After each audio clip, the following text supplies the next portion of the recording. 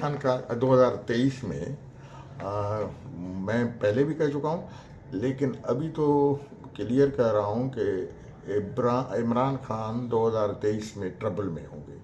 Future तो है ही नहीं।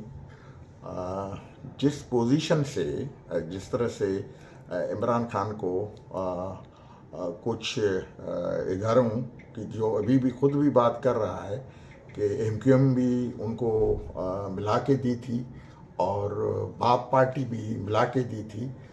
अब इमरान खान की अपनी एफिशिएंसी तो थी नहीं, इन इदारों और इन जो लोगों ने इनको सपोर्ट दे करके हमारी पार्टी या नवाज लीग या दूसरी पार्टी को पीछे रखने की कोशिश की थी, जो कि कामयाब 2022 तक नहीं हुई। अब इमरान खान से जैसे वो लोग आए थे वैसे ही लोग वापस या तो अपनी पार्टी में जाएंगे या दूसरी पार्टी में जम होते जाएंगे। ये 23 में मुसलसल इजाफा होता रहा है, होता जाएगा। जो को अभी भी हुआ है अनाउंसमेंट, तो इसमें मज़ीद इजाफा होगा। तो इमरान खान के लिए मुस्तकबिल में फ्यूचर नहीं है। ये मैं देख रहा हूँ कि ट्रबल में दीवार ही दीवार देख रहा हूँ, दीवार के अंदर ही कहीं ना कहीं होगा।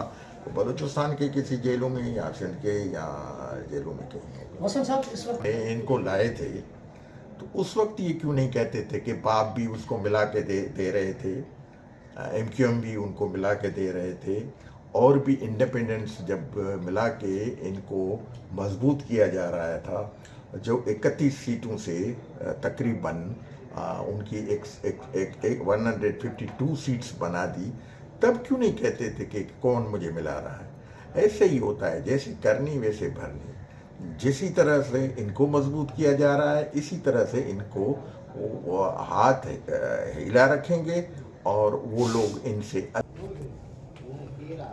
नवाज शरीफ की भी इसी साल वापसी होगी और फ्यूचर में पीपल्स पार्टी का अब दिन ब दिन वज़न बढ़ता जा रहा है और पीपल्स पार्टी में स्ट्रांग होते नज़र मुझे आ रही है। और स्ट्रांग देख रहा हूँ कि पीपल्स पार्टी जो अब है इससे और भी इजाफा होगा दूसरे सूबों में, जैसे बलूचिस्तान और पंजाब में इंशाल्लाह जो सराइकी बेल्ट है उसमें ज़्यादा इजाफा होता जाएगा।